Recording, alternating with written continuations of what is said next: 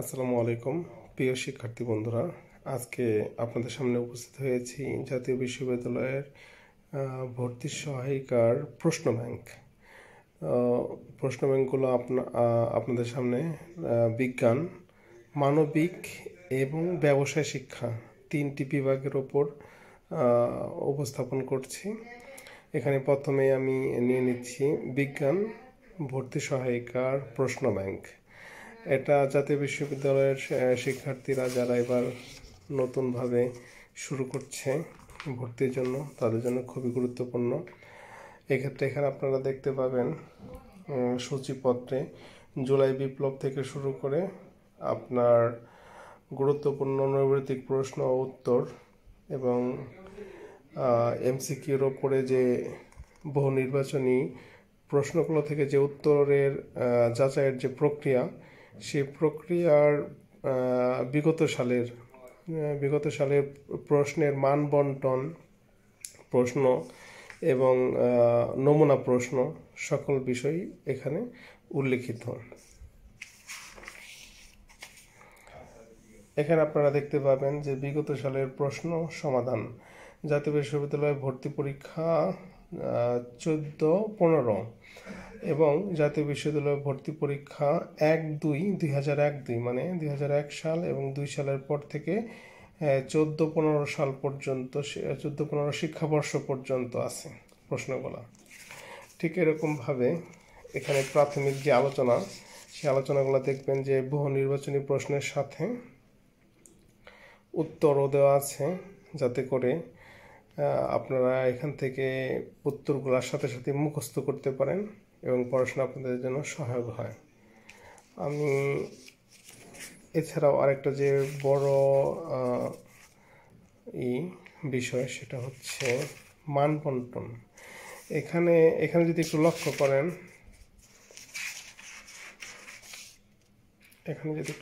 একটু মিনিট আমি দেখাচ্ছি।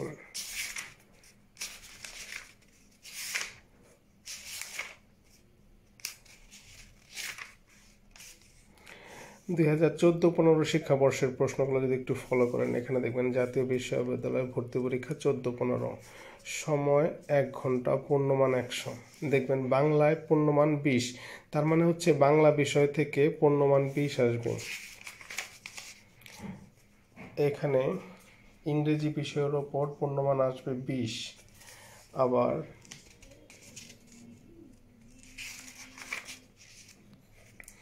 এখানে লক্ষ্য করুন, বাংলাদেশ প্রসঙ্গে মানে সাধারণ যে জ্ঞান, সাধারণ জ্ঞানটা হবে অবশ্যই বাংলাদেশ প্রসঙ্গে, এখানে আসবে পূর্ণমান 10।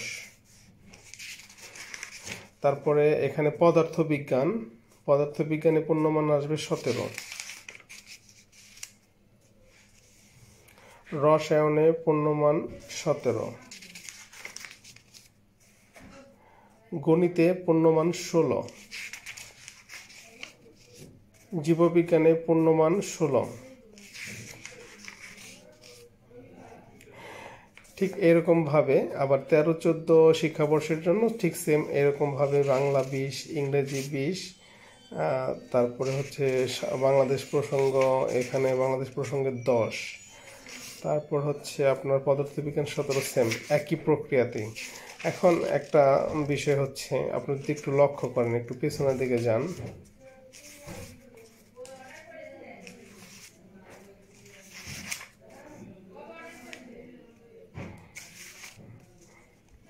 আমি দেখাচ্ছি 2001 থেকে, যাতে করে আপনাদের পূর্ণমানগুলো, মানবন্টনগুলো বুঝতে আপনাদের সুবিধা হয়।